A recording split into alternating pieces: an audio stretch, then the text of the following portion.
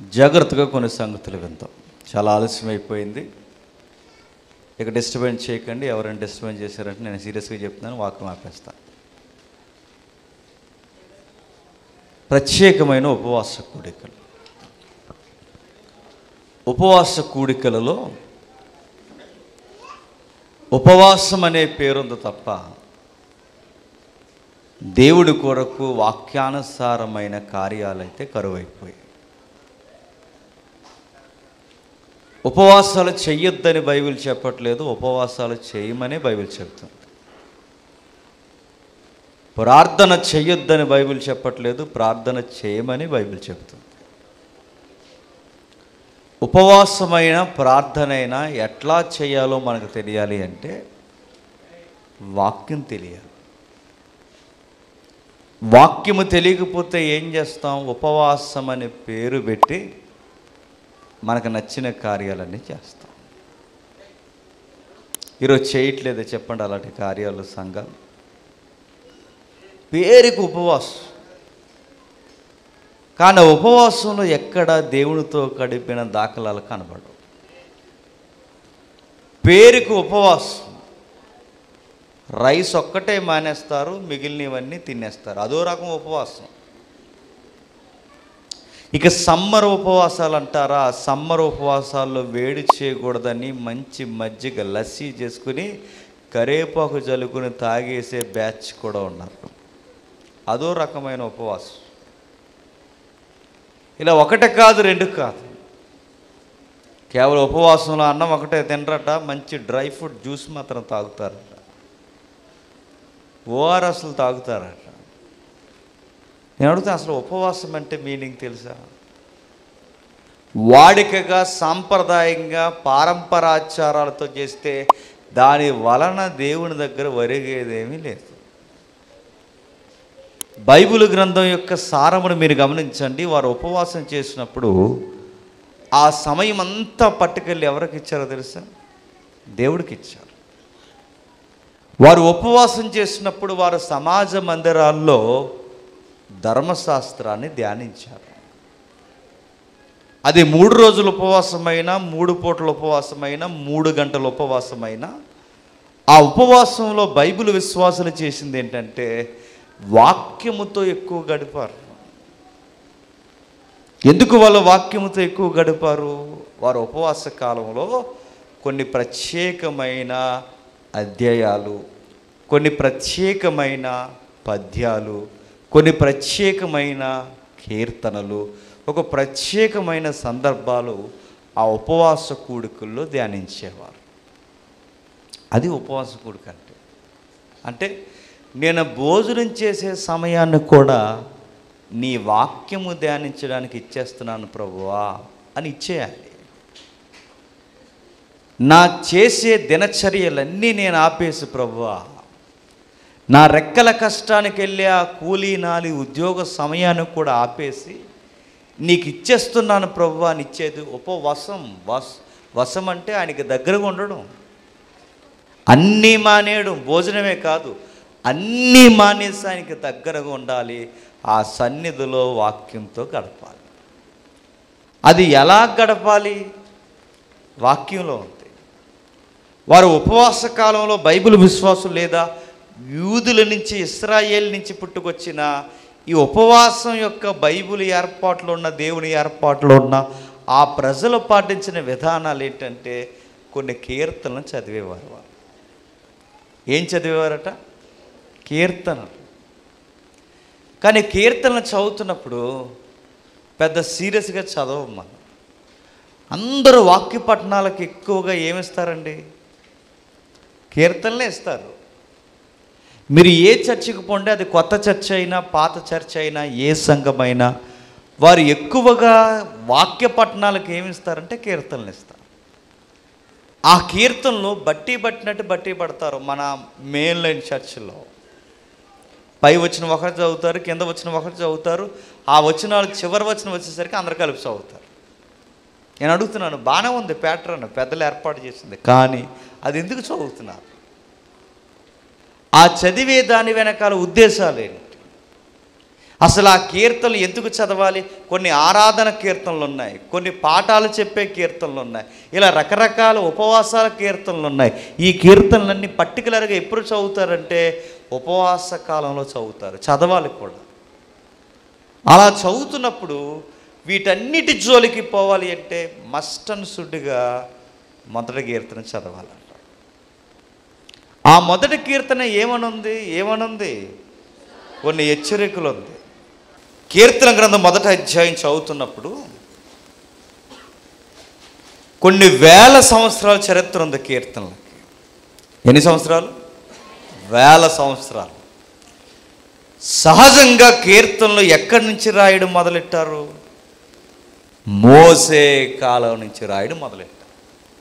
మోసే ఎవరు? అసలు గాడ్స్ లా అన్న దానికి రైటర్ ఎవరైనా ఉన్నారంటే ఈజ్ మోసెస్. మోసే ధర్మశాస్త్రాన్ని రాశాడు. ఆ ధర్మశాస్త్రం అంటే ధర్మం, మనుష్యుడు ధర్మముగా ఎలా జీవించాలో, ఆ ధర్మాన్ని శాస్త్రముగా ఎలా ధ్యానించాలో కొన్ని గ్రంథాలు పుంఖాలుగా సుమారు 5 కాండాలు రాశారు.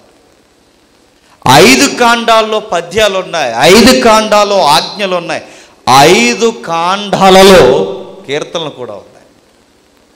అక్కడ రాయబడిన కొన్ని కీర్తనలు అలా లాక్కుని వచ్చి బైబిల్ కూర్చిన పెద్దలు కీర్తనల గ్రంథంలో కూడా చొప్పించారు. అలా మోసే రాసిన కీర్తనలో అందరికీ సుపరిచితమైన కీర్తన ఏంటి చెప్పండి? ఇప్పుడు చెప్పండి, ఇందాక చెప్పారుగా. మోసే రాసిన కీర్తనలో ముఖ్యమైన సుపరిచితమైన కీర్తన ఏంటి చెప్పండి? 90వ కీర్తన. తరతరముల నుండి నివాస స్థలము నీవే అంటే కీర్తన గ్రంథంలో అతి పురాతనమైన కీర్తన 90వ కీర్తన. అంటే కొన్ని వేల సంవత్సరాల చరిత్ర ఉంది కీర్తనలకి, కొన్ని వేల సంవత్సరాలు. మోసే కాలం నుంచి దావీదు వరకు, దావీదు నుంచి ఆసాపు వరకు, ఇలా పుంకాల కీర్తనలు, సొలొమోను కీర్తనల వరకు ఈ కీర్తనలన్నీ ఏరి పరిశుద్ధాత్మ ప్రేరణతో వాటన్నిటిని ఒక తాట మీదకి తీసుకొచ్చి ఈ 1000 సంవత్సరాల చరిత్ర కలిగిన కీర్తనల్ని ఒక పుస్తకం చేశారు. ఆ పుస్తకం పేరు కీర్తనల గ్రంథం. అది దాని బ్యాక్గ్రౌండ్. ఈ 150 కీర్తనలు ఎక్కువగా ఉపవాస కాలంలో యూదులు ధ్యానించేవారు. ఎక్కువగా ఉపవాసం చేసి ఆది సంఘం కూడా ధ్యానించేదట. అయితే ఈ 150 కీర్తనలు ధ్యానించాలి అంటే మొట్టమొదటి కీర్తన ఒక హెచ్చరిక ఇచ్చిందట. నా మాట మీకు అర్థమవుతుందా? మొట్టమొదటి కీర్తనలో ఏముంది? అది ప్రారంభంలోనే ఒక విచిత్రమైన వార్నింగ్ స్టేట్మెంట్తో స్టార్ట్ అయింది. వార్నింగ్ అంటే తెలుసుగా, జాగ్రత్త, అది వార్నింగ్తో స్టార్ట్ అయింది ఆ కీర్తన. మీరు ఏ కీర్తనైనా చూడండి, యెహోవాను స్తుతించుడి, యెహోవాని కొనియాడుడి, ఆయన కృప నిరంతరమును. అలా ఉంటాయి కొన్ని కీర్తనలు. యెహోవాని కొనియాడాలన్నా, యెహోవాని స్తుతించాలన్నా, యెహోవా కృప నిరంతరము ఉంది అని ఈ భావాలన్నీ తెలియాలన్నా ముందు యెహోవాని కీర్తించాలన్నా, ఆరాధించాలన్నా, ఏం జరగాలన్నా ముందు ఆ ఆరాధించేవాడు ఒక వార్నింగ్ మనసులో పెట్టుకుని అప్పుడు ఆరాధించాలట. నా మాట మీకు అర్థమవుతుందా? ఆ కీర్తన ప్రకారం ఉపవాసం చేయాలి అంటే ఉపవాసానికి ముందు ఒక వార్నింగ్ మైండ్లో ఉండాలట. ఏముంది వార్నింగ్ అంటే 2 వచనాల్లో ఇచ్చాడు. నా మాటలు మీకు అర్థమవుతున్నాయా? 2 వార్నింగ్లు ఇచ్చాడు. ఆ వార్నింగ్లు పాటించాలి, ఆ హెచ్చరికలు పాటించాలి. అవి పాటించి అప్పుడు ఆరాధనన్నా చెయ్యాలి, అప్పుడు స్తుతియాగమైనా చెయ్యాలి, అప్పుడు ఉపవాసమైనా చెయ్యాలి. ఈ 2 చేయకుండా నేను స్తుతించేస్తానంటే గుర్తుపెట్టుకోండి, చిత్తుగా కొడతాడు ఆయన. ఈ 2 సూత్రాలు పాటించకుండా నేను ఆరాధించేస్తానంటే నడ్డి ఎర్రగొడతాడు ఆయన. ఈ 2 సూత్రాలు పాటించకుండా నేను ఉపవాసం చేసేస్తానంటే ఎవరయ్యా మీరందరూ అని అడుగుతాడు ఆయన. ఏమున్నాయి ఆ 2 సూత్రాలు, ఏమున్నాయి ఆ 2 హెచ్చరికలు అంటే నేను చదువుతాను, మీరు చూడండి. నేను చదువుతాను చూడండి. దుష్టుల ఆలోచన చప్పున నడవక, పాపుల మార్గమున నిలవక, అపహాసకులు కూర్చుండు చోటు కూర్చుండక. బాగా వినాలి, లైఫ్ లాంగ్ ఈ కీర్తన మనకి బైబిల్ చదువుతున్నామంటే గుర్తుండిపోవాలి. 3 మాటలు చెప్పాడు చూడండి. నడవద్దు అన్నాడు, 2 నిలవద్దు అన్నాడు, 3 కూర్చోవద్దు అన్నాడు. నా మాటలు మీకు అర్థమవుతున్నాయి లేదు? నడవద్దు, నిలవద్దు, కూర్చోవద్దు. ఇది ఎక్కడో చూసాం మనం. 3 కోతులు. ఈ కోతులు సూత్రాలు చెప్పకముందే పురాతనమైన బైబిల్ గ్రంథం మనిషికి మొరాలిటీ ఏంటో చెప్పింది. మనిషి నైతికంగా ఎలా బతకాలో చెప్పింది. దుష్టుల ఆలోచన చొప్పున నడవకూడదు, పాపులు నిలిచే చోట నిలవకూడదు, అపహాసకుల దగ్గర కూర్చోకూడదు. నేను మాట్లాడుతున్నాను చెప్పండి. దుష్టుల ఆలోచన చొప్పున నడవకూడదట. ఈ మాట చెప్పిన వెంటనే నీకు నీకు నీకు నీకు నీకు మనందరికి అనిపించే మాట ఏంటో చెప్పినా, మన మైండ్ మనల్ని ఎలా చెప్తే చెప్పినా, మనం కాదులేరా అంటది. ఏమంటది? దుష్టులు అనగానే వాళ్ళు ఎవరో గ్రహాంతర జీవులు అనుకుంటాం మనం. దుష్టులు అనగానే ఆ రోడ్ల మీద తిరిగే వాళ్ళు అనుకుంటాం. దుష్టులు అనగానే గడ్డాలు మాసిపోయి ఉంటారు వాళ్ళే కదా అనుకుంటాం. దుష్టులు అనగానే బూతులు మాట్లాడుకుంటూ సారా ప్యాకెట్లు తాగి తిరుగుతారు కదా వాళ్ళే కదా అనుకుంటాం. బైబిల్ అందే no no no no you అని చెప్తుంది. బైబిల్ నీ వైపు నా వైపు వేలెత్తి చూపిస్తుంది. దుష్టులు అనగా ఎవరు? మేము కాదు అని చెప్తుంది మన మైండ్. రెండోది ఏమందట? పాపుల మార్గం నిలవకంటే మళ్ళీ మన మైండ్ ఏమంట చెప్పనా, మనం అంత పాపులం కాదులేరా అంట. అంటే పాపులమే అంత కాదు. లేదండి అలాంటి మైండ్ మన అందరికి లేదు చెప్పండి. పాపుల మార్గం నిలవకంటే ఆ వచనాలు మనకు కాదనుకుంటాం. దుష్టులు అనగానే ఎవరో రోడ్ల మీద తిరిగే వాళ్ళు, పాపులు అనగానే మేమంత పాపులం కాదు. నెక్స్ట్ మాట, అపహాసకులు కూర్చుండే చోట కూర్చోద్దంటే మనమేమంటాం చెప్పనా, అసలు మేము అపవాసాలే చేయమండి. అపవాసాలు చేయం కానీ చూస్తాం. ఆ పనికిమాల షోలు ఉన్నాయిగా, టీవీ షోలు చూస్తాం. మొబైల్ షోస్ ఉన్నాయిగా, డబల్ మీనింగ్ డైలాగులు చెప్పేవి చూస్తాం. చెయ్యమంతే. మనం ఏ అపహాసాలు చెయ్యం. ఆ జబర్దస్తీలు, ఆ టీవీ ప్రోగ్రాలు, ఆ మొబైల్ కామెడీ ఫన్నీ వీడియోలు, ఈ చెత్తంతా చూస్తాం కదా. సమాజంలో బాధ్యత లేని వాళ్ళందరూ ఆ వేదికలెక్కి మాట్లాడుతున్నారు. నాకు తెలిసి మొన్న ఎప్పుడో 2 సంవత్సరాల క్రితం మాట్లాడానండి. గాలిగాళ్ళందరూ పని పాట లేకపోతే ఇలాంటి పనికి మాలిన షోలకి హీరోలు అయ్యారని ఈ మాట కట్టయి నాకు తెలిసి ఆ సోషల్ మీడియాలో వైరల్ అయ్యి ఉంటుందండి. ఆ మాట అలాగెళ్ళి ఆ షో వరకు వెళ్ళి ఉంటుంది. దీనికి పెద్ద కౌంటర్లు వేసే కుర్రోడు ఉంటాడు ఆ డయాస్ మీద, నేను పేరు చెప్పను. దానికి వివరణ ఇస్తున్నాడు నిన్నో మొన్న వీడియో. మీరు చూసారో లేదో, నాకు నిన్నే పెట్టారు ఒక వీడియో. ఇదిగో నువ్వు అన్న మాటలకు వివరణ ఎత్తున్నాడు అని. మమ్మల్ని అలా లెక్కేయకండి అంటున్నాడు. అలా లెక్కేయకపోతే మరి దేశాన్ని ఉద్ధరింతున్నారు మీరు. సంసారం మీద జోకులేసి సన్నాసి మాటలు మాట్లాడి, పనికిమాలిన మాటలు మాట్లాడి, డబల్ మీనింగ్ మాట్లాడి, ఒక మనిషి నిలబడితే ఆ యాంగిల్ భంగిములు కూర్చి మాట్లాడి, ఇవన్నీ సొసైటీకి ఉపయోగపడే ఆరోగ్యకరమైన నవ్వులా? నొప్పి వచ్చేసిందట ఆ మాట అనేసరికి. ఎక్కుతాయంటే వెళ్తాయి. సోషల్ మీడియా పుణ్యమని వాళ్ళ దాకే వెళ్తున్నాయి ఇలాంటి మాటలు చెబుతుంటాయి. అపహాసకులుగా ఉండొద్దు అంది. మనం అనుకుంటాం మేము అపహాసకులం కాదులండి. ఇప్పుడు నేను మాట్లాడుతున్నాను చెప్పండి. దుష్టులం అంటే మనం ఏమంటాం చెప్పండి, ఒప్పుకుందాం. మనం దుష్టులు కాదు. పేజ్ 2, మనం పాపులం అంటే ఏమంటాం? మనం అంత పాపులం కాదు. మూడోది ఏమంటాం? మనం అపహాస్యకులం అంటే ఏమంటాం? మనం అంత అపహాస్యకులం కాదు. ఇప్పుడు మొదటి వచనంలో మనం ఉన్నట్ట లేనట్ట? చెప్పండి. మామూలుగా ఇప్పుడు మనకున్న ఫీలింగ్ని బట్టి మొదటి వచనంలో మనం ఉన్నట్ట లేనట్ట? ధైర్యంగా మాట్లాడాలి అంటే, బొహమెత్తి మాట్లాడాలంటే మేము లేము మొదటి వచనంలో అంటాం. మేము దుష్టులం కాదు, పాపులం కాదు, అపహాస్యకులం కాదు. మొదటి వచనంలో మనం లేకపోతే మరి ఎన్నో వచనంలో మనం ఉండాలి? రెండవ వచనంలో ఉండాలి. రెండవ వచనంలో ఏముంది? రెండవ వచనంలో ఏముంది? యెహోవా ధర్మశాస్త్రమందు ఆనందించాలి. నేను అడుగుతున్నాను, చెప్పండి. దుష్టుల బ్యాచ్లో మనం లేము, పాపుల మార్గంలో లేము, అపహాస్యకుల మార్గంలో లేము. మరి ఎందులోనూ లేకపోతే రెండో దాంట్లో మనం ఉండాలి. రెండోది ఏంటి?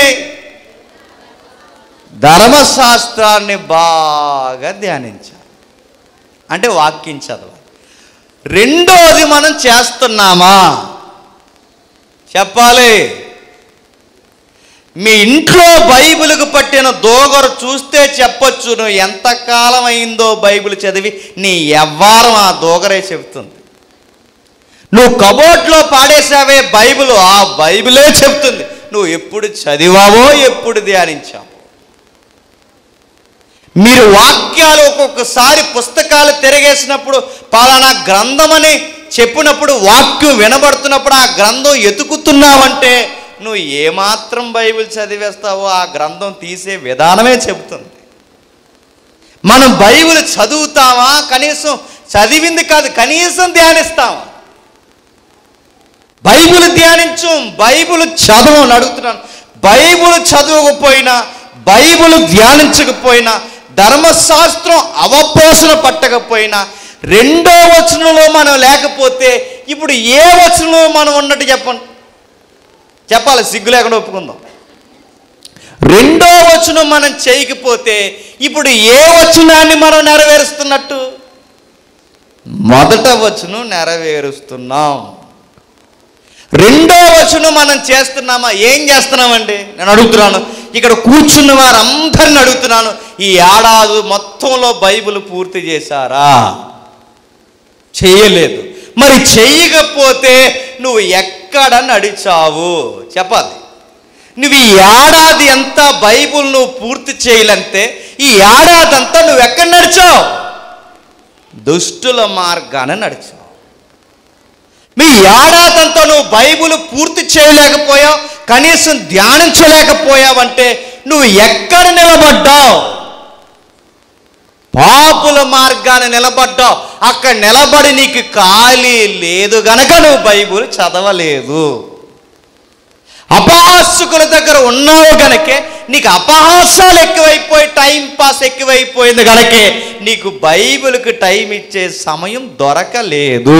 అంటే ఇప్పుడు నువ్వు బైబిల్ చదవలేదంటే ఈ మూడిట్లో ఎక్కడో దిక్కన నువ్వు ఉన్నావు. ఇది నువ్వు ఒప్పుకున్నా ఒప్పుకోకపోయినా ఈ మూడిట్లో నువ్వు ఏడాదంతా గిర్రమని తిరిగి ఈరోజు నేను ఉపవాస కూడికలకు వచ్చేసానంటే ఈ బైబిల్ దేవుడు అంత అమాయకుడిగా నీకు కనబడుతున్నాడా? నా మాట మీకు అర్థమైందా?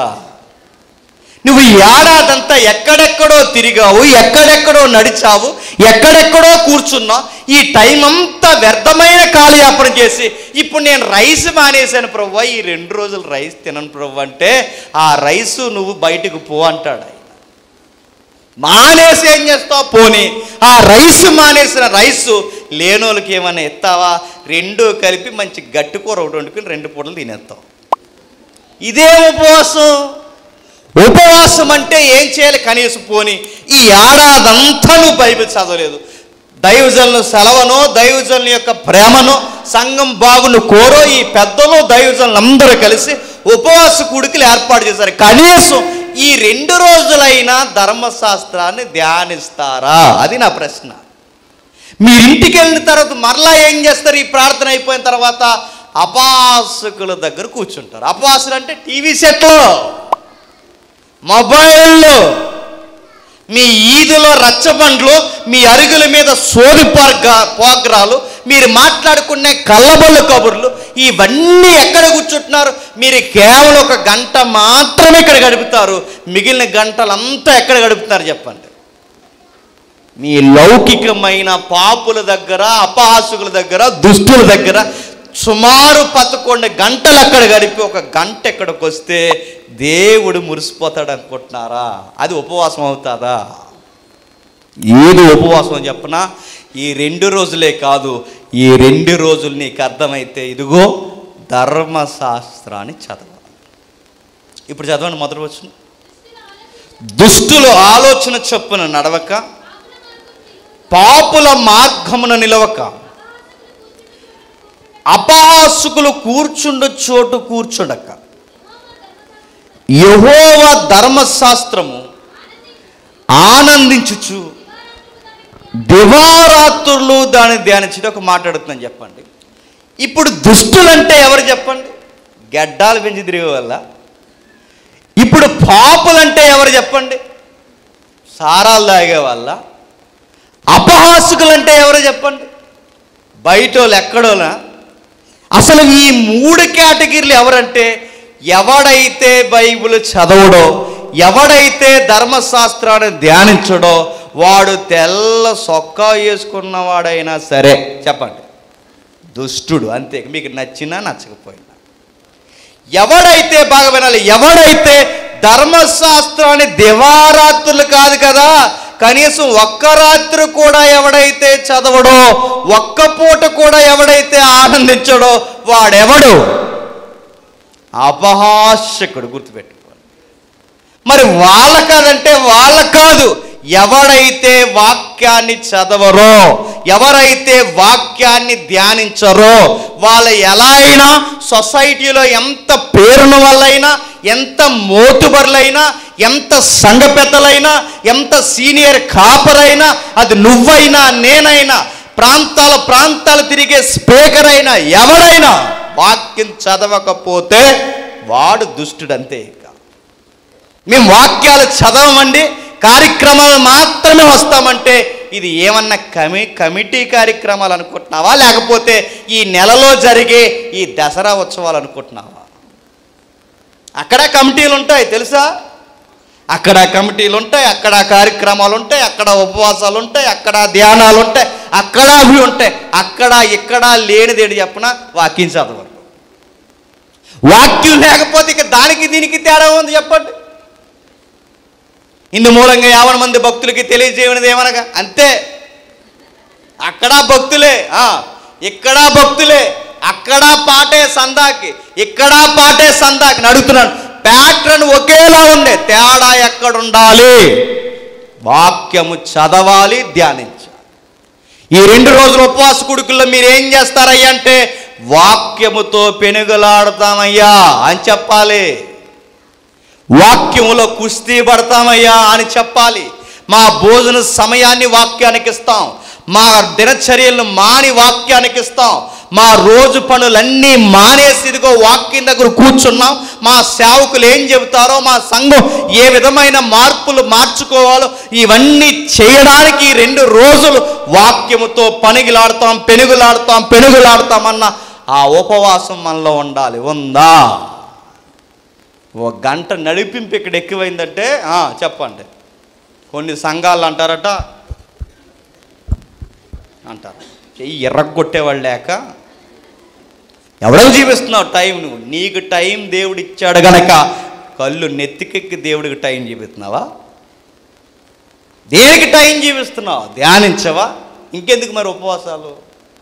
నేను ఇక్కడ అంటలేదండో, ఎంటైర్ సంఘాలకున్న జాడ్యాన్ని అంటున్నాను నేను, అన్ని ప్రాంతాలను అంటున్నాను నేను. సంఘాల్లో ఉన్న కనిపించిన ఆధ్యాత్మిక రోగాలు ఎలా ఉన్నాయో చెబుతున్నాడు. మరలా ఆ వాక్యాన్ని ఒకసారి చూద్దాం. దుష్టులు ఏమిస్తారట? ఐడియాలజీ ఉంటుందట వాళ్ళ దగ్గర, ఆలోచన, ఐడియాలజీని అడుగుతున్నాను. ఏమిస్తారంటే ఐడియాలు ఎత్తుంటారట. అలా చేయరా, ఇలా చేయరా, ఇలా చేస్తే 4 రాళ్ళు వెనకేసుకోవచ్చురా, ఒరే ఉద్యోగంలో జస్ట్ జీతమే కాదురా, చాలా చేయాలరా, ఒరే కూలి పనులు అదే కాదురా, చాలా చేయాలరా. లోకము, దుష్టులు ఎన్నో ఐడియాలు ఎత్తారట. రోజు గడుస్తుందంటే ఈ రోజు మనం ఒక రోజు ఈ ఐడియాల మధ్య బతకట్లేదని మనం. ఒక వ్యక్తితో మనం మాట్లాడడానికి మన మైండ్లో ఎన్ని ఐడియాలు ఉంటాయండి. ఓ కూలి పనికి పోతే మన మైండ్లో ఎన్ని ఆలోచనలు ఉంటాయండి. ఒక రోజులో మనం రోజుకి ఎన్ని ఆలోచనలు ఇస్తామండి. బైబిల్ అంటుంది మొట్టమొదటి దుష్టులు ఐడియాలు ఇస్తారు, రెండోది పాపులు ఇలా వెళ్తే పని అవుద్దురా అని చెప్తారట. మీకు అర్థమవుతుందా? ఆ కీర్తన మనం ఏదో యావలాభంగా చదివేస్తాం. మనం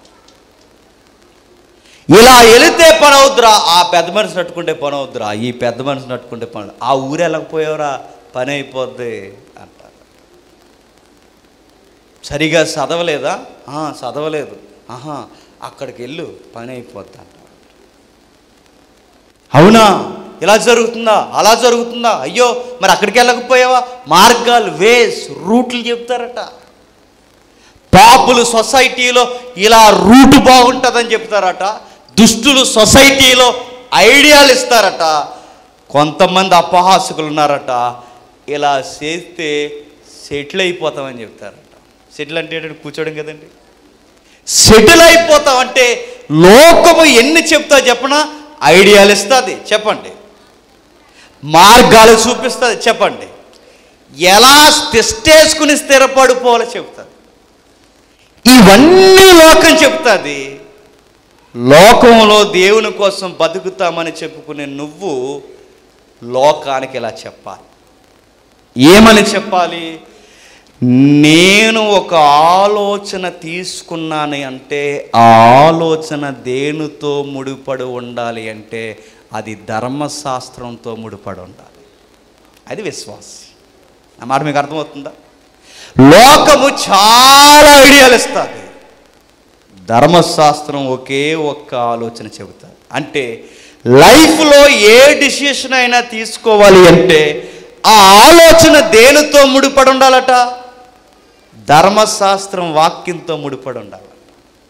అంటే ఇప్పుడు మన ఆలోచనలు ఏ పని చేసినా, ఇల్లు కట్టుకుంటున్నావా, ఆ ఇల్లు వాక్యముతో ముడిపడి ఉండాలి. ఒక కార్యక్రమం చేస్తున్నావా, ఆ కార్యక్రమం ప్రారంభం నుంచి ముగింపు వరకు అక్కడ కేవలం వాక్య నిర్ణయాలే కనబడాలట.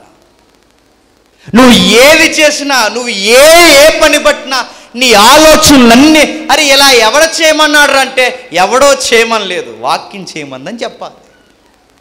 ఈ ఐడియాలన్నీ మీకు ఎక్కడంటే ఎక్కడవే కాదు, ఇదిగో ఈ బైబిల్లోనివని చెప్పాలి. ఎప్పుడు బైబిల్ మనం ధ్యానించాలి, ఎప్పుడు ఉపవాసాలు చేయాలి, ఎప్పుడు ప్రార్థన చేయాలంటే ఇదిగో ఈ 3 సూత్రాలు పాటించి మనం చేయాలి. ఐడియాలు లోకం ఎన్నో చెబుతుంది, నీకు ఎన్నో ఆలోచనలు ఇస్తుంది, కానీ నీ ఆలోచన ఒకటే, ధర్మశాస్త్రం ఆలోచనే నీ ఆలోచన. నెక్స్ట్, పాపులు ఎన్నో మార్గాలు చెప్తారు, పాపులు ఎన్నో చూపిస్తారు, వాళ్ళు నిలవమని ఇక్కడ నిలబడి అక్కడ నిలబడని చెప్తారు. పాపుల మార్గాన నిలవక. లోకస్తులు ఎన్నో చెప్తారు, అక్కడికి వెళ్ళి ఇక్కడికి వెళ్ళి ఇక్కడికి వెళ్ళి, కానీ బైబిల్ ధర్మశాస్త్రం చెప్తుంది ఎక్కడికి వెళ్ళకు, నీకు ఏ బాధ ఉన్నా దేవుని దగ్గరికి రా, అది పెట్టుకో, ముందు బాగుపడతావు. నువ్వు ఆ పెద్ద మనిషి దగ్గరికి వెళ్ళావా, ఈ పెద్ద మనిషి దగ్గరికి వెళ్ళావా, అక్కడికి పోయావు ఇక్కడికి పోయావా, ఆ మోతుబరి కాళ్ళు పట్టుకున్నావా, ఈ చెత్తంతా వద్దు, నువ్వు ఎక్కడికి పోవద్దు, నువ్వు ఎక్కడ నిలబొద్దు, ఆ దేవుని దగ్గరికి వచ్చి అక్కడ నిలబడి ఆయన దగ్గరికి రా, నీ ఐడియాలు బాగుంటాయి. నీ ఆలోచనలు ధర్మశాస్త్రంతో ఉండాలి, నీ మార్గాలు నిలిచే విధానాలు ధర్మశాస్త్రంతో ఉండాలి. నువ్వు ఎక్కడ సెటిల్ అయిపోవాలి అంటే వాక్యము దగ్గరే సెటిల్ అయిపోవాలి. టైం దొరికితే ఎక్కడ కూర్చోవాలి, వాక్యం దగ్గర కూర్చోవాలి. నువ్వు ఎక్కడైనా నీకు బాధ కలిగినా, ఇబ్బంది కలిగినా, ఆనందం వచ్చినా, సంతోషం వచ్చినా, నీ జీవితంలో చేమ చిటిక్కమన్నా నువ్వు ఎక్కడికి వచ్చి కూర్చోవాలి. నా లైఫ్లో ఎందుకు ఇలా జరుగుతుందని ఒకసారి వాక్యం తిరగేసుకోవాలి. వాక్యము ద్వారా ధ్యానించుకోవాలి. వాక్యం ఉందండి, వాక్యాలు చదివే వాళ్ళు ఎక్కడున్నారండి ఈరోజు? నేను ఎప్పుడు అంటున్నా ఒక మాట, మళ్ళీ ఒకసారి అంటాను మీకు, ఎందుకంటే మీకు ఒకసారి కారం జల్లినట్టు ఉండాలి. నాకు అలా చెప్పడమే ఇష్టం. ఈరోజు వాక్యాలు చదివే వాళ్ళు విశ్వాసులే కాదు, ఈరోజు సంఘాలను నడిపించే వాళ్ళు కూడా వాక్యాలు చదవడం అని చెప్పండి మానేశారు. అంతా చర్చింగ్, ఇప్పుడు చర్చింగ్ మొబైల్లో. కృప ఎక్కడుంది? చర్చింగ్, కృప వచ్చేద్దాం అన్నమాట. చదివే వాళ్ళు ఉన్నారా చెప్పండి? సంఘ పెద్దను ఒక ఆయన్ని ఇలా తీసి పలానా గ్రంథంలో వచ్చిన చదవండి అయ్యా అంటే అది లేదు కదా అన్నాడట. నీ దగ్గర ఉండదులే, వరమ్మాల పెద్ద తయారయ్యో మాకు, అది లేదు కదా అన్నాడట. మరొక ఆయన అన్నారట, ఆ మరొక ఆయన ఏకంగా సండే స్కూల్ టీచర్తోనే పెద్ద గొడవలు పెట్టేసుకున్నాడు.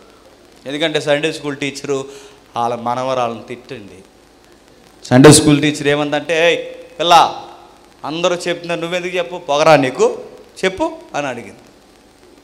రేపో మాపో ఫారినర్స్ వస్తారు, సండే స్కూల్ ఎలా జరుగుతుందో చెక్ చేస్తారు, అందరూ చెప్పాలి, నువ్వు కూడా చెప్పాలి, లైన్లో అడిగినప్పుడు చెప్పు అని అడిగితే ఈ పిల్ల ఏం చెప్పకుండా బేరమని ఏడిచింది. ఆ ఏడిసిన పిల్ల వచ్చేసింది, సరాసరి వచ్చేసి ఏడిచేస్తుంది. ఎందుకు ఆ పిల్ల ఎవరంటే సంఘ ప్రెసిడెంట్ గారు మనవరాలు. అంటే ప్రెసిడెంట్ ఎవరన్నది వెళ్దండో, ప్రెసిడెంట్ గారు మనవరాలు. ఆ ప్రెసిడెంట్ గారు మనవరాల దగ్గరకు వచ్చి ఆ మనవరాలు వచ్చి ఏడిచేస్తుంది, తాతయ్య తాతయ్య తాతయ్య. వెంటనే తాతయ్య కంగారైపోయి, ఎరా ఏమ్మా ఏమైంది అన్నాడు.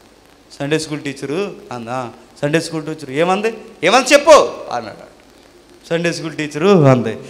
నడు సండే స్కూల్ టీచర్ సంగతి తేలుతున్నాడు అన్నాడు. తీసుకుని వచ్చాడు. సండే ఏమ్మా నిన్నే అమ్మా సండే స్కూల్ టీచరు ఏమన్నావు ఈ పుట్టదాన్ని? ఎక్కి ఏడుతుంది, దాని బుక్కలన్నీ కందిపోయినాయి. ఏమన్నావు? చిన్నపిల్ల సండే స్కూల్ చెప్పడం మానేసి బెదిరిస్తున్నావు పిల్లల్ని అన్న. అయ్యో అలా ఏం కాదు పెద్ద అయినా, సండే స్కూల్ టీచర్ అని నన్ను అపార్థం చేసుకోకండి, ఏమీ లేదు, పిల్లల్ని ప్రశ్నలు అడుగుతున్నాను. ఆ ప్రశ్నలు అందరు పిల్లలు చెప్పారు, మీ పిల్లలు చెప్పలేదు. ఏం ప్రశ్న? నన్ను అడుగు నేను చెప్తాను అన్నాడు. అది ఏమీ లేదండి, అందరు ప్రశ్నలు అడిగాను, మీ పాప చెప్పాడు. అదే నన్ను అడుగు అన్నాడు. అదే ఎరుకో గోళ్ళు ఎందుకు పడిపోయి అడిగాను అన్నట్టు. గోళ్ళ కోసం బిల్డింగుల కోసం అడిగితే దానికి ఏం తెలుస్తుంది? ఆ గోళ్ళ ఏ గోళ్ళ పడిపోయి నాకు చెప్పకపోయావా, నెక్స్ట్ మనం ట్రెజరీ మెంబర్లు ఎలక్షన్ పెట్టినప్పుడు నేను కట్టించేదని కదా అన్నాడు. వీడికి ఎంత వరమ్మాలడో చూడండి. ఎరుకో గోళ్ళట నెక్స్ట్ ఎలక్షన్ కట్టించేస్తాడట. నేను ఏమనాలండి? ఇలాంటి వాక్యాలు ధ్యానించిన వాళ్ళు సంఘానికి నడిపింపుదారులు అయితే, సంఘమును అడుగుతున్నాను, రక్తమిచ్చి సంపాదింపబడిన సంఘమును అడుగుతున్నాను, కుప్పకూలిపోద్దంట లోకంలో. చూస్తుండగానే లోకంలో కలిసిపోద్ది. సంఘం పెద్ద అయినా వాక్యం చదవాలి, కాపరైనా వాక్యం చదవాలి, పాట పాడేవాడైనా వాక్యం చదవాలి, విశ్వాసులైన వాక్యం చదవాలి. ప్రతి ఒక్కరూ దేవుని ఎదుట వాక్యము చదవాలి, వాక్యంతోనే ఆలోచించాలి, వాక్య ప్రకారమే నడవాలి, వాక్య ప్రకారమే మనం ఎక్కడైనా కూర్చోవాలి. అడుగడుగున వాక్యం ఉండాలి. ధర్మశాస్త్రము విశ్వాస జీవితంలో అద్దం పట్టినట్టు కనబడాలి.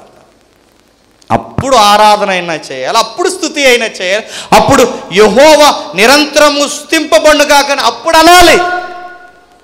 అప్పుడు అనం మనం తీయడమే 150 కీర్తనకి వెళ్ళిపోతాం. మొదటి కీర్తన ఉండదా? ఆ మొదటి కీర్తన దాటి ఆ కీర్తన వరకు ఎలా వెళ్ళో, ఈ మొదటి కీర్తన పాటిస్తేనే మిగిలిన కీర్తనకి వెళ్ళు. ఇది పాటించలేదా మిగిలిన కీర్తన జోలికి కాదు కదా, అసలు బైబిల్ జోలికి రావడానికి నీకు హక్కు లేదుగాక లేదంటే. నువ్వు దుష్టుల జాబితాలో ఉండకూడదు, పాపుల మార్గంలో నిలవకూడదు, అపహాసకుల దగ్గర కూర్చోకూడదు. ధర్మశాస్త్రం దివారాత్రులు ధ్యానించాలి. చదవడం వేరు, ధ్యానించడం వేరు. చదవడం వేరు, ధ్యానించడం. చదవడం అంటే మనం ఇప్పుడు చదువుతున్నామే, ఇది చదివే విధానం. ధ్యానించడం అంటే చదివిన దాన్ని అలాగ మైండ్లో ఆలోచించడం, అది ధ్యానం అంటారు. ఆ వాక్యం అలా ఎందుకుంది, దావీదు ఎలా ఎందుకు చెప్పాడు, సొలొమోను ఎందుకు ఎలా రాశాడు, మోసే ఏ ఉద్దేశంతో రాశాడు, దానిలో నుంచి దేవుడు నాతో ఏం మాట్లాడాలనుకుంటున్నాడు, దేవుడు ఈ మాటను ఎందుకు అక్కడ పెట్టాడు, ఇది మనం ఆలోచిస్తాం చూసారు, దాన్ని ధ్యానించడం. ఇప్పుడు పూర్వకాలం పెద్దల ప్రసంగాల్లో నేను విన్నానండి, బాగా మేచిన ఆవు సాయంత్రం ఇంటికి వచ్చిన తర్వాత ఆ తిన్నదంతా బయటికి లాగా అలాగ బొగ్గనేసి నవ్వులుతుంది చూసారా, అలా ఉండాలట ధ్యానం. వాక్యం చదివి చదివి చదివి చదివి ఆ చదివిన తర్వాత మనం పట్టెడు మెతుకులు తిని అలా నిద్రపోయే ముందు మంచాలు ఎక్కుతామే, ఆ మంచం మీద అలా నిద్రపోతున్నప్పుడు మన మైండ్లో ఏం తిరగాలి చెప్పనా, రేపే రిలీజ్ అవుతుందని తిరగకూడదు.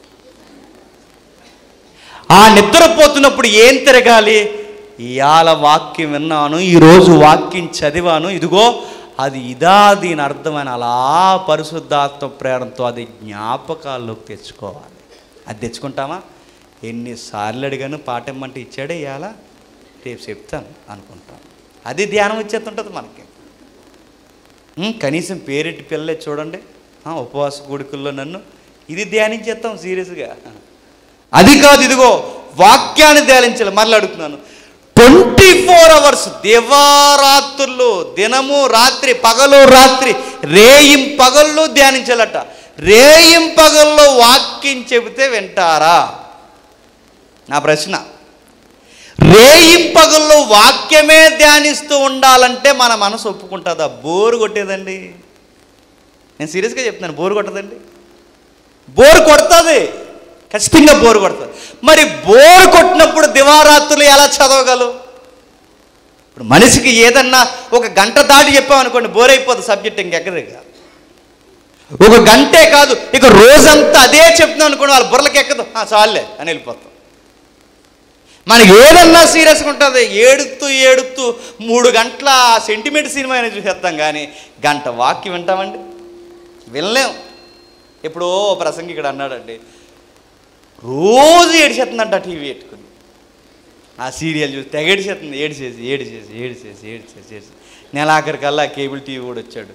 వచ్చిన వెంటనే 150 రూపాయలు ఇచ్చేసి, బాబు నెలంతా బాగా ఏడిపించావు బాబు, ఇదిగో 150 రూపాయలు తీసుకో, వచ్చిన నెల కూడా ఏడుపులో ఏమి కేబుల్ టీవీలో ఏమి తేడా రానికే మళ్ళీ నెలంతా ఏడిపించు 150 రూపాయలు. సిగ్గు లేదు, సిగ్గుమాలి దానికి. నెలంతా ఏడ్చింది, ఒక గ్యాప్ లేకుండా నెలంతా ఏడ్చి మళ్ళీ ఆ ఏడ్చినందుకు అడుగు 150 రూపాయలు బిల్లు కడుతుంది. ఏమనాలండి? నీకు అక్కడ మాత్రం నీకు బోరు కొట్టదు, నీకు సినిమాల దగ్గర బోరు కొట్టదు, సీరియల్ దగ్గర బోరు కొట్టదు, కానీ వాక్యం ఎప్పుడు అలా ఉండాలంటే, ఎప్పుడు వాక్యం అంటే కాస్త సరదా ఉండాలి కదండి. కాస్త జోకులు ఉంటే తప్పేటండి, కాస్త సరదాగా ఉంటే తప్పేటండి. మరీ భక్తి ఉండొచ్చు కానీ అంత ఉండకూడదండి అని చెప్తారు. కానీ బైబిల్ అంతే, దివారాత్రులు ధ్యానించే భక్తులు ఉంటారు, వాళ్ళు సెపరేట్గా ఉంటారు. అలా 24 hours వాళ్ళు ఎలా ధ్యానించగలరు? అక్కడే ఉంది లింకు చూడండి. దివారాత్రులు యెహోవా ధర్మశాస్త్రమందు ఆనందించాలట. అంటే ధర్మశాస్త్రాన్ని ఎప్పుడు బాగా చదవగలని చెప్పండి? ఆనందించినప్పుడు చదవగలం. ఇప్పుడు ఫోన్ అత్తమాల ఎప్పుడు చూడగలం? ఆనందాలు ఏమన్నా దొరికితే చూడగలం. టీవీ ప్రతిసారి ఎప్పుడు చూడగలం? మనకి జాయ్ఫుల్ మూమెంట్ ఉంటే చూడగలం. అరుగుల మీద గంటల గంటలు ఎప్పుడు కూర్చోగలం? సరదా ఎక్కువ ఉన్నప్పుడు కూర్చోగలం. అంటే ఎక్కడైతే మనసు ఆహ్లాదకరంగా ఉంటుందో అక్కడ ఎక్కువ సమయం గడుపుతాం. ఇప్పుడు ఇదే టెక్నిక్. ఎక్కువ వాక్యాన్ని చదవాలన్నా, ఎక్కువ ధర్మశాస్త్రాన్ని ధ్యానించాలన్నా, దాని యందు మనం ఏం చేస్తే చదవగలం, ధ్యానించగలం చెప్పండి? ఆనందించాలంటే నీకు ధర్మశాస్త్రం వాక్యం అనగానే చెవుల్లో, నీ జీవితంలో, నీ కళ్ళల్లో ఆ ఒసారు వచ్చేయాలన్నమాట. ఎక్కడికి వెళ్తున్నావు అంత త్వరగా రెడీ అయిపోతున్నావు అంటే, అమ్మో వాక్యాన్ని టైం అయిపోతుంది, టైంకి వెళ్ళాలి, అది ఆసక్తి. ఎక్కడికి వెళ్తున్నారండి, ఇంత ఆలస్యంగా వెళ్తున్నారంటే ప్రార్థన అయిపోతుందండి, ఇంకో 10 నిమిషాలు వెళ్ళకపోతే, అప్పుడు వస్తామా, రాబోతే బాగోదని. టైంకి వాక్యం, 10 నిమిషాలు వాక్యం మిస్ అయితే బాధపడే విశ్వాసులు ఉన్నారు. 10 నిమిషాల్లో వాక్యం అయిపోద్దంటే అప్పుడు వచ్చే భక్తులు కూడా ఉన్నారు. వాక్యాన్ని ధ్యానించిన ఇదిగో చూడండి, ఎప్పుడు వాక్యాన్ని ఆనందించగలం? ఆ ధర్మశాస్త్రంలో ఆ జాయ్ మూమెంట్ మనం చూసినప్పుడు. వాక్యం చదవడం అంటే నాకు ఇష్టం. ఎవడైనా అడుగుతాడు, అరే నీ హాబీస్ ఏంట్రా, నీ హాబీస్ ఏంటంటే సింగే సాంగ్ అనకూడదు. నీ హాబీస్ ఏంటంటే వాచింగ్ మూవీ, వాచింగ్ టీవీ కాదు. నీ హాబీ ఏంటంటే రీడింగ్ బైబిల్ అని చెప్పాలి. వాక్యం చదవడం నాకు ఆనందం, వాక్యం చదవడం నా హాబీ. ఇదిగో వాక్యాన్ని ఆలోచించడం నా జీవితంలో నాకు కొవ్వు మెదడు దొరికినట్టు ఉంటుంది. నాకు కొవ్వు మెదడు దొరికిన ఇదిగో ఆయన వాక్యం ఉంటే చాలు, నాకు అన్నం కూడా తినబోతుంది. ఆ వాక్యం అలా ఉంటే చాలు, నాకు సమయం కూడా తెలియదు. ఆ వాక్యాన్ని అలా ప్రశ్నలు జవాబులు అలా ఎత్తుక్కుంటే చాలు, నా జీవితం అంతా అక్కడ ఉండిపోతే చాలు అనిపిస్తుంది అనే ఫీలింగ్ మనకు రావాలంట. వస్తుందండి. ఇంకో అరగంట కనుక ఈ కీర్తన వివరించాను అనుకోండి, ఏమొస్తుంది చెప్పండి? నిద్ర వస్తుంది. తర్వాత ఇంకేమొస్తుంది? వదలకపోతే కోపం వస్తుంది. ఇంకా వదలకపోతే రేపు రామన్న సీరియస్ ఆలోచనలు వస్తాయి. రావండి. కానీ ఇక్కడ చూడండి, వాక్యం పట్ల ఆసక్తి ఉన్నవారు అది రాత్రంతా చెప్పినా ఆనందంగా వింటారట. పౌలు రాత్రంతా వాక్యం చెప్పేవాడట. ఆ జనాలు రాత్రంతా ఎలా వినేవారబ్బా అంటే అలా ఆనందిస్తున్నారు వారు. ప్రభు అయిన యేసుక్రీస్తు వారు 3 రోజులు వాక్యం చెబుతుంటే వాళ్ళు ఎలా వినగలుగుతున్నారు? ఆ వినే వాళ్ళు ఆనందిస్తున్నారు. ఆనందించినప్పుడేనండి ఏదైనా చేయగలం. సరదా, అక్కడ సంతోషాన్ని మనం ఎతికినప్పుడే ఏదైనా చేయగలం. ఈరోజు వాక్యం వింటున్నారా? అది ఏదో వీడియో తిరుగుతుంది సోషల్ మీడియాలో వాక్యం ఉన్నట్టు చెబితే వినడం లేదని ఒక పెద్ద మనిషి, ఒక పాస్టర్ గారు, మరి ఎందుకు ఆయనకు అలాంటి ఆలోచనలు వచ్చినాయో ఆయన ఏకంగా ఇప్పుడు పాస్టర్లా వాక్యం చెబితే వినరని ఆ పాస్టర్ చిరంజీవిలా చెబితే ఎలా వింటాడని మిమిక్రీ చేయించాడు. చిరంజీవి వాక్యం చెబితే ఎలా ఉంటుంది, బాలకృష్ణ వాక్యం చెబితే ఎలా ఉంటుంది, వెంకటేష్ వాక్యం చెబితే ఎలా ఉంటుంది, సినిమా యాక్టర్ల వాక్యం చెబితే ఎలా ఉంటుంది, మిమిక్రీ స్టైల్ గేమ్స్ ప్రోగ్రామ్ చేస్తున్నారు ఈరోజు. ఎందుకంటే జనాలకి ఆసక్తి ఉండడం లేదట, ఎంటర్టైన్మెంట్ చేయాలట, జోకులు వేయాలట. అంటే ఈ చెత్త అలవాట్లన్నీ సంఘంలోకి ఎప్పుడు వచ్చాయో సేవకులు కూడా వాళ్ళకి ఎలా చెబితే ఇష్టంగా ఉంటుందో ఆ విధమైన ప్రోగ్రామ్ సీట్లు తయారు చేస్తున్నారు. చచ్చిపోయింది సంఘం, ఎప్పుడో చచ్చిపోయింది. ప్రత్యేక కూడుకులను పెట్టి ఒక సన్నాసిగాడిని, నేను మరలాంటాను, ఒక సన్నాసిగాడిని, ఒక పనికి మాలోని మిమిక్రీలు చేసిన అంటే బుద్ధి జ్ఞానం ఉందా? మిమిక్రీలు ఏంటి? అదేమో రాజకీయ సభ, ఆటో యూనియన్, పవిత్రమైన దేవుని సంఘంలో మిమిక్రీలు ఏంటి? మిమిక్రీ చేయకపోతే ఇంట్రెస్ట్ లేదు. ధర్మశాస్త్రాన్ని ఆనందించలేని మనుషులు ఎదుట, పందులు ఎదుట ముత్యాలు జల్లినట్టే. వాక్యాన్ని గౌరవించలేని మనుషులు ఎదుట సభలు పెట్టి వాక్యాన్ని వివరించడం వ్యర్థ ప్రయత్నమే. అలాంటప్పుడు చెప్పకు, చేయకు, అంతేగాని ఈ వాక్యాన్ని సినిమా కల్చర్లోకి తీసుకొస్తే ఏమైపోవాలి? జాడ్యం పడుతుంది. నవ్వుతున్నారండి, క్లాప్స్ కొడుతున్నారు, ఇజిల్స్ చేస్తున్నారు. సంఘాలు ఎలా తయారవుతాయి ఏంటంటే ఆనందం రావాలని చేస్తున్నారు. ఆనందం మిమిక్రీ ప్రోగ్రాంలో రావాలా? ఆనందము ధర్మశాస్త్రం అందు రావాలి. చెప్పండి. ధర్మశాస్త్రం అందు ధ్యానించి ఇదిగో చెబుతున్నాడు చూడండి, ఇలా ఉన్నవారు ఎలా ఉంటారంటే నీటి కాలువల ఓరన నాటబడిన ఆకు వాడక కాలమందు ఫలించు చెట్టు వలె ఉంటాడట. ఒక మాట్లాడుతుందని చెప్పండి. నీటి కాలువల యొద్ద చెట్టు ఎలా ఉంటాడంటే వాక్యమందు ఆనందించి వాక్యమందు ధ్యానించేవాడు చెట్టులా ఉంటాడు. వాక్యం లేకుండా ఏ రంగులు పూసుకుని మేకపోతు గాంభీర్యం వేసుకున్న ఎవడైనా పొట్టులా ఎగిరిపోతాడు. గుర్తుపెట్టుకోవాలి. నువ్వు చెట్టులా స్ట్రాంగ్గా ఉండాలంటే వాక్యము ప్రాక్టీస్ చేయి. వాక్యము లేకుండా ఏ రాయితీ ప్రోగ్రాలు తీసుకొచ్చినా నువ్వు చెట్టువు కాదు, ఎగిరిపోయే పొట్టు అవుతావు. గుర్తుపెట్టుకో. చెట్టులా ఉండాలి. ఇదిగో నడవడం మానేయాలి, నిడవడం మానేయాలి, కూర్చోవడం మానేయాలి. ఇవన్నీ ఎక్కడికి తేవాలంటే ధర్మశాస్త్రం దగ్గరికి తేవాలి. ఎప్పుడైతే వాక్యం దగ్గరికి తెస్తామో వాడబారని ఆకు వాడక ఎండక నిత్యము పలకించే చెట్లా ఉంటామంట. నేను అడుగుతున్నాను, నీటి కాలువల యొద్ద నాటారట. నేను మాట్లాడుతున్నా, చెప్పండి, ఎవరు నాటారండి? ఎక్కడో ఉన్న ఆ చెట్టుని అలా తీసుకొచ్చి ఈ నది ఒడ్డుని ఎవరు నాటారు? దేవుడు నాటాడు. ఎప్పుడైతే నువ్వు దుష్టుల దగ్గరలో ఉండి దుష్టుల్ని ఇష్టపడవో, ఎప్పుడైతే పాపుల మార్గం నుండి పాపుల మార్గాల్లో నడవవో, ఎప్పుడైతే అపహాసకుల దగ్గర కూర్చోవో, ఎప్పుడైతే వాక్యం పట్ల నీ మనసుని కేంద్రీకరిస్తావో, ఆ గుంపులో నుంచి నేను తెచ్చి ఎక్కడ నాడతాడట? నీటి కాలవల యొద్ద నాడతాడు. పోలికగా చెప్తున్నాడు. నీటి కాలవల యొద్ద ఎప్పుడైతే నాడతాడో ఇక ఆకు వాడదు. మరి ఎలా ఉంటాడు? నిత్యము ఫలించే చెట్టు. నిత్యం ఫలించే చెట్టు అంటే ఆ మనిషి దేవుని యందు ఆ మనుష్యుడు ఎలా ఉంటాడంటే అతను చేసినదంతా సఫలమవుతుందట.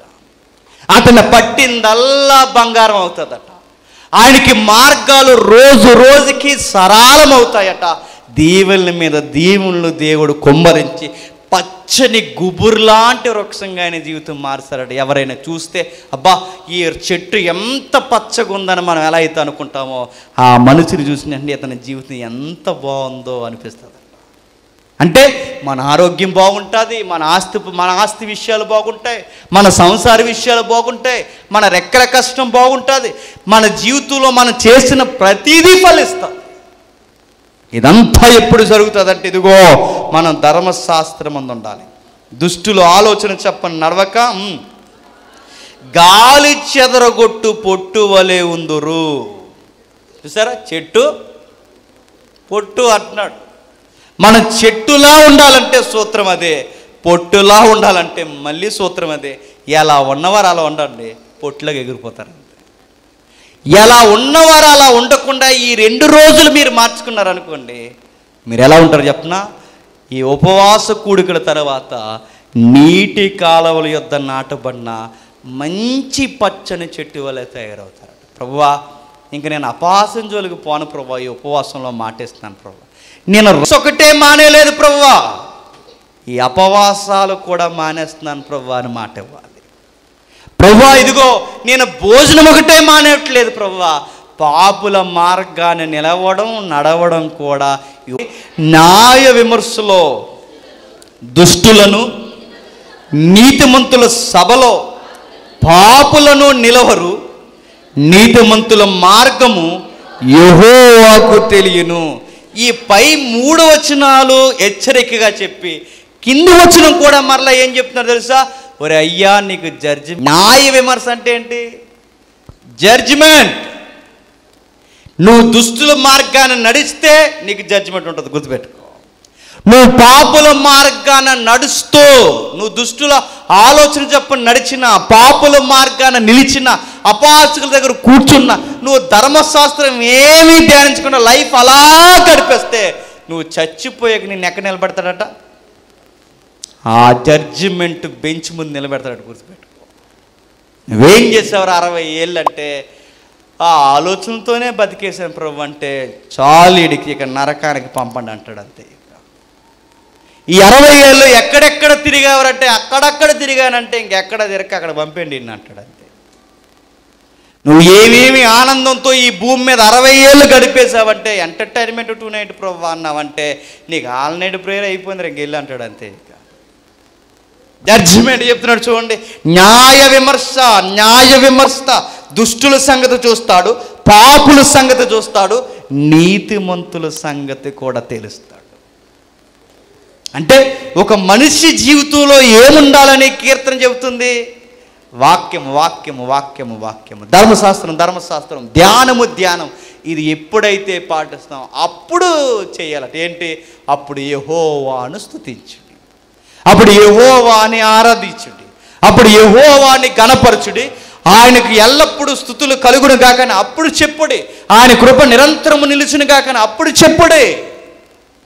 ఈ మొదటి కీర్తన ఏమీ చేయకుండా నేను 120వ కీర్తన 27వ కీర్తన చదివేస్తానంటే, ఈ కీర్తన అంటే నీ సంగతి తీర్చడానికి కంగారు పడకంటుంది.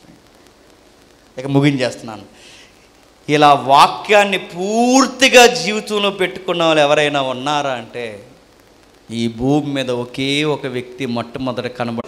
సాతాను తనని ప్రలోభానికి గురి చేసినప్పుడు, నీకులో ఉందని సాతాను నీకు తెలియదా అని అతనికి వాక్యంతోనే సమాధానం చెప్పాడు. నువ్వు రొట్టెలు తిని, ఇదిగో దేవుడు నీకు ఆకలేస్తే రొట్టెనిస్తానని దేవుడు చెప్పాడుగా దేవుని పిల్లలకి, రాళ్లను రొట్టెలుగా చేసుకున్నప్పుడు మరలా యేసుక్రీస్తు వారు అన్నాడు, మనుషుడు రొట్టె వలన కాదు దేవుని మాట వలన బతుకుతాడని ధర్మశాస్త్రంలో ఉంది, చదవలేదా అన్నాడు. అంటే ఏమి మాట్లాడినా ఏమి చేసినా ప్రతి అడుగడుగునా ఆయన జీవితంలో ఏముంటుంది చెప్పండి? వాక్యం, వాక్యం, వాక్యం. నాకు ఏడుపు వచ్చే మాట ఏంటి చెప్పనా? ఆయనకి ఆకలేసినా అక్కడ వాక్యం నెరవేరుతుందట, ఆయనకి దాహం వేసినా అక్కడ వాక్యం నెరవేరుతుందట. ఆయన ఏమాత్రం సమయాన్ని గడిపినా, ఇలా వెళ్ళి ఒక వ్యక్తితో మాట్లాడుతున్నా అక్కడ ఏదో లేకుండా ముడిపడి ఉంటుందట. ఆయన యాకోబు బావి దగ్గరికి వెళ్ళాడంటే దానికి వాక్యానికి లింక్ ఉంటుందట. ఆయనకి ఆకలేసిందంటే ఆయనకి వాక్యానికి లింక్ ఉంటుందట. అలాంటి సన్నివేశాలు ఎక్కడ ఉన్నాయంటే చాలా ఉన్నాయి. ఒక్కట మాత్రం మీరు చూడండి, ఆయన లైఫ్ అంతటికి అది మాత్రం నిదర్శనం చాలు. సిలువేస్తారండి ఆయన. ఆకాశానికి భూమికి మధ్య ఆయన సిలువేసినప్పుడు, ఆ ఆకాశానికి భూమికి మధ్య వేలాడుతున్నప్పుడు, రక్తమంతా బయటికి పోయినప్పుడు, అలిసిపోయినప్పుడు, ఆకలి మధ్య రక్తం పోతుండగా ఆయనకి దాహం వేస్తారు. ఆ దాహం వేసినప్పుడు ఆయన అంటాడు, నాకు దాహం వేస్తుంది అంటాడు. గ్రంథకర్త అంటాడు, ఆయనకి ఇలా దాహం వేస్తుందని లేఖనం ముందే చెప్పి. ఇప్పుడు నాకు పెద్ద డౌటు, లేఖనం అలా ఉంది కాబట్టి ఆయనకి దాహం వేస్తుందా, దాహం వేస్తుందని ముందే లేఖనం ఎరిగిందా, ఇప్పుడు లేఖనం చెప్పింది కాబట్టి దాహమా? ఈ కన్ఫ్యూజన్ మనకుంటుంది చూడండి. అంటే ఆయన లైఫ్ ఎంత ఇన్వాల్వ్మెంట్ అయిపోయింది చెప్పిన, ఆయన ఏం చేసినా వాక్యంతో ఉంది. ఇప్పుడు వాక్యంలో ఉందని ఎలా ఉందా, లేదా వాక్యమే జీవితం అయిపోయిందా? ఆయన లైఫ్ ఇంతలా ఎలా అయిపోయిందంటే, ఆయన దివారాత్రుల్లో చెప్పండి ధర్మశాస్త్రం ధ్యానించాడు. ఆయన లైఫ్లో ఏది చేసినా వాక్యమే ఉంది. ఇలా చెయ్యాలండి ఉపవాసం. ఏది చేసినా వాక్యంతో ముడిపడి ఉండాలి. అలా ఏది మనం చేయకపోతే గుర్తుపెట్టుకోండి, వాక్యము మనకి ప్రథమ స్థానం లేకపోతే మనం 40 రోజు ఉపవాస కుడుకులు ఎట్టుకున్నా చెప్పండి. నేను సీరియస్గా చెప్తున్నాను, మీరు తర్వాత నన్ను పిలవండి పిలవకపోండి, వ్యర్థ ప్రయత్నం. మనం ఈ సీరియస్గా ఈరోజు మీరు నిర్ణయం తీసుకోండి, ప్రవ్వా ఈ ఉపవాస కుడుకులో మాటేస్తున్నాను, ప్రవ్వా ఈ ఉపవాస కుడుకులో మాటేస్తున్నాను, దేవా నీ వాక్యము ప్రేమించే మనసు నాకు ఇవ్వవయ్యా అని ప్రార్థించే. ఈ ఉపవాస కుడుకులో ఈ మొదటి రాత్రి మరలా దేవా నీ ధర్మశాస్త్రమందు ఆనందించే మనసు ఇవ్వని ప్రార్థించే. మరలా ఈ రాత్రి దేవా ధ్యానించే ఆలోచనలు ఇవ్వు. దేవా నా కుమారుని వలె, ఇదిగో నా కుమారులు ధర్మశాస్త్రమందు నడిపే ఒక పెద్దగా నన్ను తీర్చిదిద్దు ప్రభువా అని ప్రార్థించే. ప్రభువా ఇదిగో నీ సుతుడు దైవం ఇలలోనికి వచ్చినప్పుడు నీ కుమారుని వలె తన దేహంలో దాహం వేసినను, తన బాధల్లో బాధ ఎక్కువైనను, ఆయన జీవితంలో వాక్యం ఎలా ముడిపడిపోయిందో అలాగే నా జీవితంలో కూడా వాక్యం ముడిపడి బతికే బతుకునివ్వవయ్యా అని ప్రార్థించే. ఉపవాసంలో నువ్వు నేర్చుకోవాల్సింది ఏంటి చెప్పనా, నీ వాక్యం మీద నాకు ఆసక్తి పెంచు ప్రభువా అని ఈ ఆకలి కలుపుడుతో అడుగు. దేవుడికి నీ ఉపవాసం నచ్చుతాడు. నీ వాక్యాన్ని గౌరవించి రోజుకి ప్రభువా అధ్యాయాలు చదవకపోతే నాకు రోజు గడిచినట్లేదు ప్రభువా అని ప్రార్థన చేయి.